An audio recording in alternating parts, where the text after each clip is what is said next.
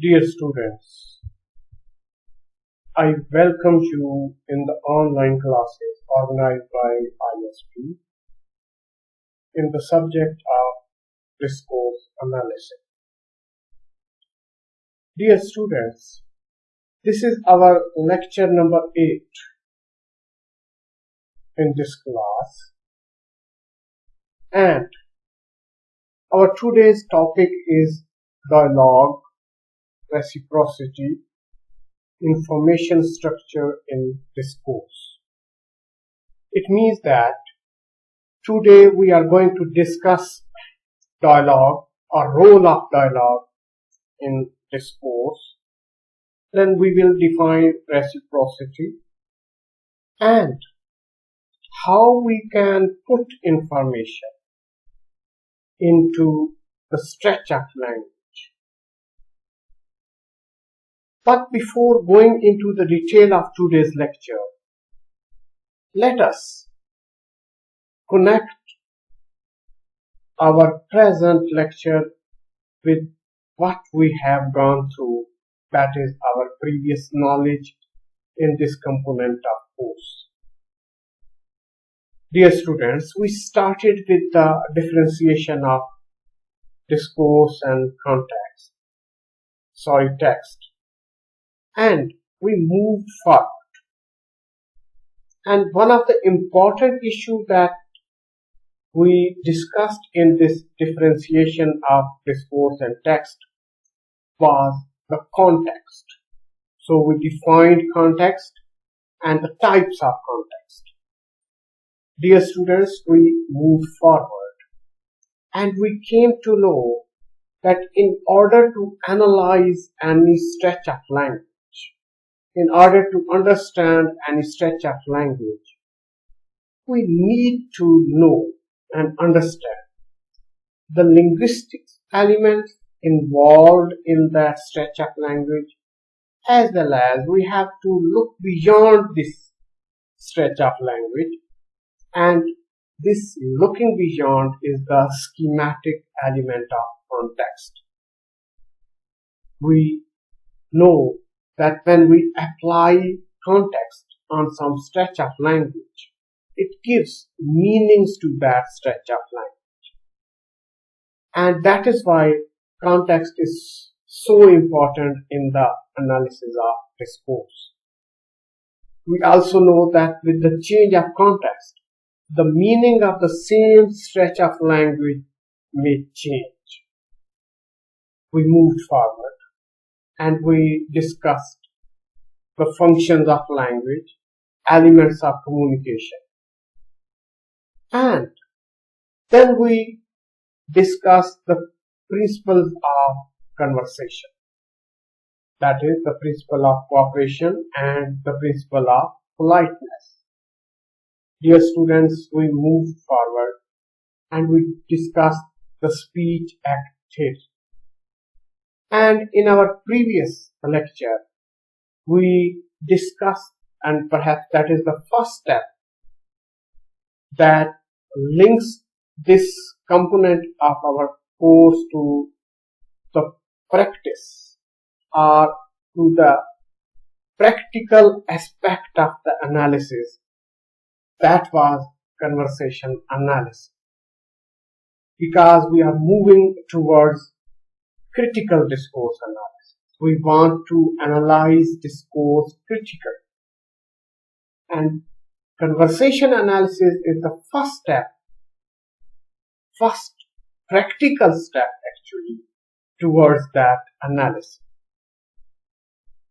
Now, the next step of conversation is dialogue. We know dialogue is also one of the type of conversation. It is the exchange of speech between two persons. Similarly, we will define reciprocity and we will come to know that it is also a part of dialogue and a type of conversation. And in today's lecture, one of the very important issues that we are going to discuss, that we put information into discourse by our own authority, by our own will. What kind of information we want to put, and in what part of discourse we want to put that information, that depends upon us, the users of that discourse, or the creators of that discourse. So that is very important, because later on in discourse analysis we have to look for how the information has been encoded into the stretch of language. Let us have a look at the lecture outline. We are going to discuss dialogue as discourse, then reciprocity, and information structure in discourse. How dialogue can be treated as discourse? Dialogue is one of the fundamental structuring principles of all discourse, both written and spoken. So, we know that actually discourse is an interactive process, and dialogue is also a kind of interaction between two people. That is why we are defining and claiming that fundamental structuring principle of all discourse is dialogue, and it does not matter whether discourse is written or spoken. Now, we have no hard evidence of the origins of language in prehistoric communities. We do not know, dear students, how this process of language started. We have no information and hard evidence how did the two first people start this process of exchange of ideas. However, it is reasonable to assume that speech came before writing and dialogue came before monologue. We know monologue is the speech of one person. If dialogue is the speech of two persons, monologue is the speech of one person. It means that from different evidences that we have had now, we can carefully assume that the process of speech started earlier than the process of writing, or human beings learned to speak earlier than they learned how to write. Similarly, dialogue, that is the exchange of ideas between two persons, this process came before monologue, that is the speech of one person. Some of the earliest written texts present as conversation, what modern writers would present as monologue. We know that there are even the religious books. These religious books are actually in the form of conversation. And in the modern terminology, we call the same conversation as monologue. Now, turn-taking and interaction are among the first communicative skills. We know in the previous lecture we discussed turn-taking and its type. How one person involved in the process of conversation ends his or her turn in his or her speech, and how the other person picks and starts speaking as soon as the turn of the first person ends. So, if we do not have this innate and natural ability of taking turns, then perhaps our speech would overlap and it would be not understandable. So these are the communicative skills that man has learned over the centuries. Example, we are going to take an example that how this process of interaction is the first communicative skill learned by the human beings. Our example is parents hold conversations even with very young babies, with those babies who do not even have the ability to speak.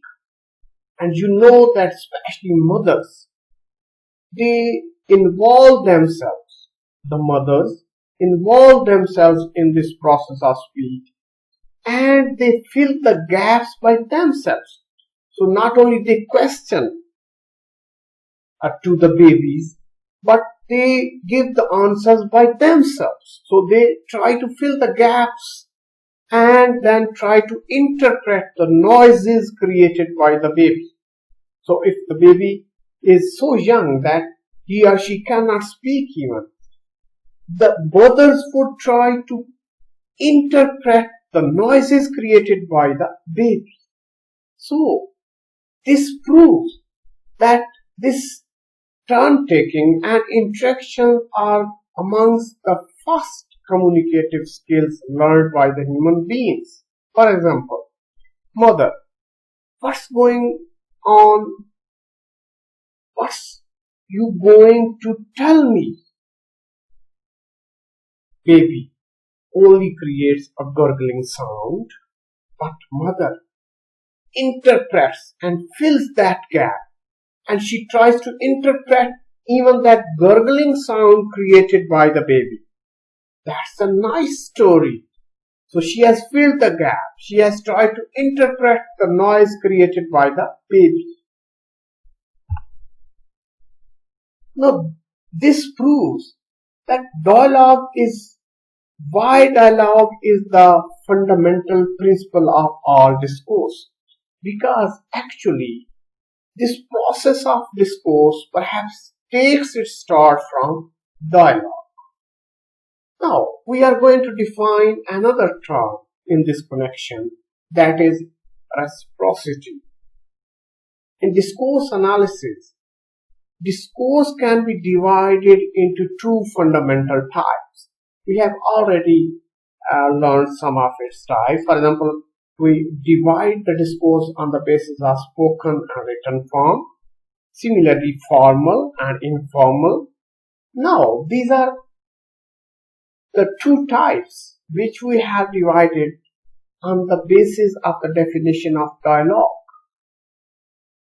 First one is reciprocal discourse. Discourse is reciprocal when there is at least a potential for interaction. If two people are involved in the process of exchange of ideas, then if one person asks a question, naturally there is chance that the other person would answer. So, such kind of discourse in which there is a chance for an answer, chance for a response, such kind of discourse is known as reciprocal discourse. Or when the sender can monitor reception and adjust to it. So that would also be a reciprocal discourse. If the sender has the capacity to monitor how the receiver is receiving the message, and he or she could adjust according to that response, that would also be a reciprocal discourse. Or when the receiver can influence the development of what is said by the sender, or what is being sent by the sender, if the receiver can influence that question or that development of discourse or what is being said by the sender, still it would be a reciprocal discourse. It means that if some kind of response is expected from the receiver, then such kind of discourse would be called reciprocal discourse. And example is face-to-face conversation, because when we have face-to-face conversation, then it has the potential for interaction. On the other hand, non-reciprocal discourse is kind of discourse when sender and receiver may have no opportunity for interaction. So if there is no potential or no opportunity for interaction, such kind of discourse will be called non-reciprocal discourse. An example is a book by a dead author. If the author of the book had died and some reader is reading that book, then there is no chance of interaction between the reader and that dead author. So such kind of discourse would be called non-reciprocal discourse. Now, this distinction of reciprocal and non-reciprocal is misleading. Misleading because we would see that in many cases, when we think that it is a non-reciprocal discourse, we would come to realize that even at some level and at some stage, that non-reciprocal discourse converts itself into reciprocal discourse. There may be many intermediate cases when the reciprocal is not a reciprocal discourse, and the non-reciprocal, as I have already mentioned, can convert itself into reciprocal discourse. An absolutely non-reciprocal discourse is impossible, because even in such conditions, when we believe and we assume that it is a non-reciprocal discourse, still there is a chance of reciprocity or response. For example, a writer working in complete loneliness may have some idea of the receiver of the book and adjust to it. If a writer is working and writing a book in complete loneliness and he has no direct or indirect interaction and contact with the receivers and the future readers of the book, still he has some idea of those receivers of the book and the readers of the book in his mind. And in the process of writing that book, he or she may adjust himself according to the expectations of the receivers and the readers of the book. It means that some kind of interaction between the writer and the readers or the receivers of the book is going on. So even in that situation, it is not a non-reciprocal discourse.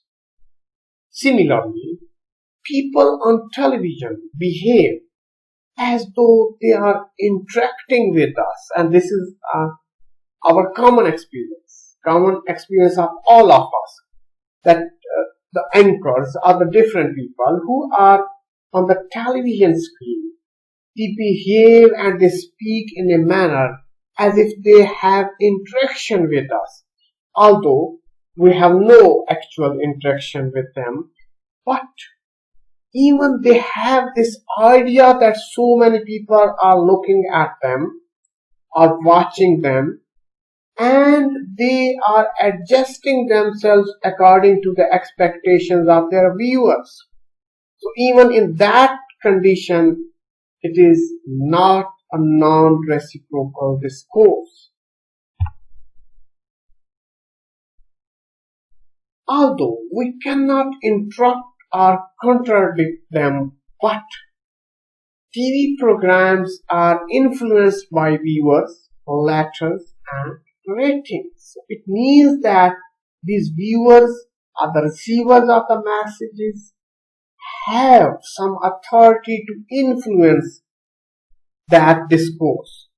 So if these are influenced by the viewers or the letters or the ratings, it means that it is a reciprocal kind of discourse going on between the people on TV and their viewers. So what can we conclude? It means all discourse is more or less reciprocal because it is based upon the assumptions about receivers, as we have taken the example of the writer writing a book in complete loneliness, or the people who are sitting in some television program. They are influenced by the opinion of their viewers and they adjust themselves according to the opinions of their viewers. It means that some kind of response is going on the both sides, and this is a reciprocal kind of discourse. It should also be clear that although there is a general tendency for speech to be more reciprocal and writing to be less so, this is by no means necessarily true. So we assume that in the process of speech or in the process of interaction, there is more reciprocity. And in the process of writing, this element is less. But it is by no means true, as we have seen in the example above, that all kind of discourse is reciprocal. The speech and writing cut across reciprocal and non-reciprocal distinction. So sometimes the speeches are of such nature that they go into the area of non-reciprocal discourse, and sometimes the writings are of such nature that they enter into the arena of reciprocal discourse. So from all this, what we have proved, that dialogue is the structuring principle of discourse, because whenever there is a kind of conversation, whether it is reciprocal or non-reciprocal, some kind of dialogue between two parties, for example, people on TV and their viewers, a person writing a book in complete loneliness but trying to adjust himself or herself according to the expectations of his readers. So some kind of dialogue is going on. So dialogue is the structuring principle of discourse. Now we come to the last part of our today's lecture, and this is information structure in discourse. It is very important, dear students, that we should have some idea of this fact, because it is we, the people who are involved in the process of discourse, we put information in discourse and we decide in which part of the discourse we should put that information.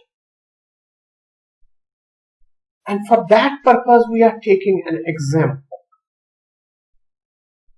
Ali ate fish and chips, a very simple sentence. It can be said in many ways, and we have written some of these ways. It was Ali who ate fish and chips. The same information but we have changed the structure of the sentence. Fish and chips were eaten by Ali. Again, we have changed from active voice into passive voice, but the information is almost same. What Ali did was ate fish and chips. Same information. The person who ate fish and chips was Ali. We know that information is still same, but the sentence has become a bit lengthy. Fish and chips Ali ate. Eating fish and chips, what Ali did. Fish is what Ali ate and chips. So almost the same information that we have Ali ate fish and chips. We have the same information, but we have put that information into different sentences. We have changed the structure of the sentences as well, and we have also taken some grammatical liberties with the arrangement of the words. Now, dear students, some of these sentences, when you look at them, you will feel that these are strange or odd, and perhaps you will be thinking that some of these sentences might be wrong.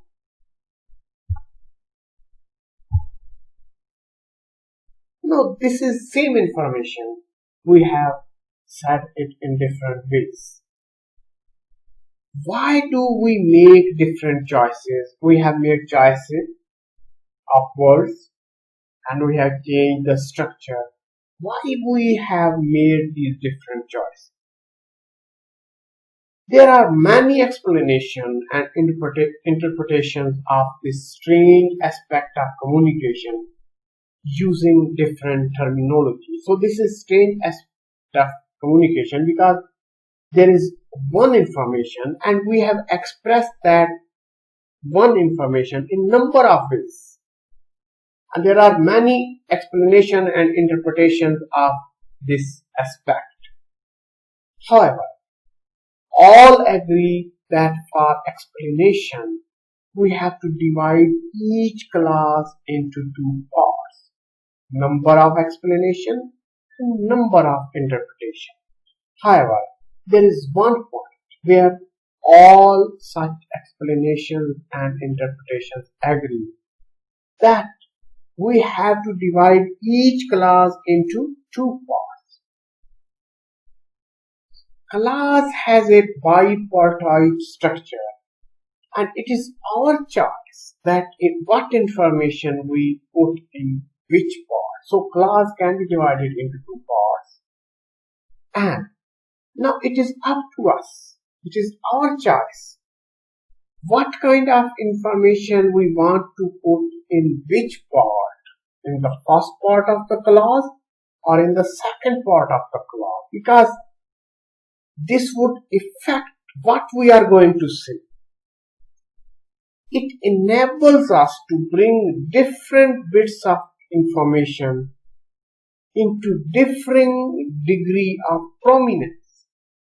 If we are putting some information in the first part of the clause, that information would become prominent and the second part would not be as prominent as the first one. So, it depends upon us and it is we who to decide what part of information should become prominent. Now, one explanation is that ordering of information is determined by the sender's hypothesis about what the receiver knows and what does not know. So it is up to the sender of the message, the writer of the message. He or she assumes what kind of information the receiver already knows and what he does not know. What the sender thinks the receiver already knows is called given information. Dear students, what the sender thinks the receiver already knows is called given information, and what the sender thinks the receiver does not already know is called new information. As the discourse proceeds, every new information changes its status to become given. So, given information is that information that the receiver already knows, and the new information is that information which the receiver does not know. But as soon as the process of discourse moves forward, the new information would be converted into given information. For example, we will also see in this example how we have broken the clause into two parts. Oscar Wilde was born. That is the first part of the clause. On the 16th October 1854 in Dublin. This is the second part of the clause. And we know, every one of us knows Oscar Wilde. And he was born as it is natural for all the human beings. So it is given information because all of us know Oscar Wilde and all of us know that human beings born. So this is given information. What is new information? New information is on the 16th October 1854 in Dublin. So we have, in this example, we have put new information in the second part of the clause and the given information in the first part of the clause. It is up to us. We may change this structure. We can put new information in the first part and the given information in the second part. Dear students, with this we come to the end of our today's lesson. We are moving towards the practical side of the analysis of discourse. Hopefully within 1 or 2 lectures we would be there. That's all from my side for today's lecture. Stay safe, stay blessed.